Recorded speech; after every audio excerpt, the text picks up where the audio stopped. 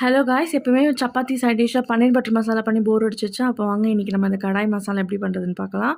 அதுக்கு ஃபஸ்ட்டு ஒரு மசாலா ரெடி பண்ணணும். தனியா 2 ஸ்பூன் போட்டுக்கோங்க, சோம்பு 1 ஸ்பூன், ஜீரகம் 1 ஸ்பூன், காஞ்ச மிளகாய் 3, லவங்கம் 4, ஏலக்காய் 1 போட்டு நல்லா வறுத்துட்டு ஃபஸ்ட்டு அதை பவுட்ரு பண்ணிக்கோங்க.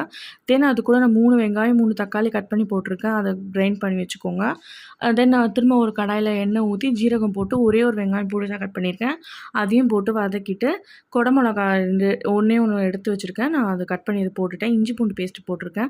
நல்லா வதக்கிட்டு மிளகாத்தூள் 2 ஸ்பூனு, கறி மசாலா 2 ஸ்பூன் போட்டிருக்கேன், மஞ்சத்தூள் 1/2 ஸ்பூன் போட்டு வதக்கிட்டு நம்ம கிரைண்ட் பண்ணி வச்சுருக்க அந்த மசாலா இருக்கு இல்லையா, அதையும் அது போட்டுட்டு நான் ஒரு வதக்கிட்டு 1 ஸ்பூன் சர்க்கரை 1 ஸ்பூன் உப்பு போட்டு வதக்கியிருக்கேன். தென் லைட்டாக தண்ணி ஊற்றி மூடி வச்சுட்டேன். தென் அது கொஞ்சம் எண்ணெய் கசிஞ்சக்கப்புறமேட்டு கட் பண்ணி வச்சுருக்கேன் அந்த பன்னீரை வந்து மேலோட்டமாக போட்டு பொறுமையாக கலருங்க. அது கொத்தமல்லி போட்டு ஃபினிஷ் பண்ணிவிடுங்க. அவ்வளோதான். இந்த கிரேவி உங்களுக்கு சப்பாத்தி பூரி கூட அவ்வளோ ஒரு காம்பினேஷனாக இருக்கும். பண்ணி பார்த்துட்டு எனக்கு கமெண்ட்ஸில்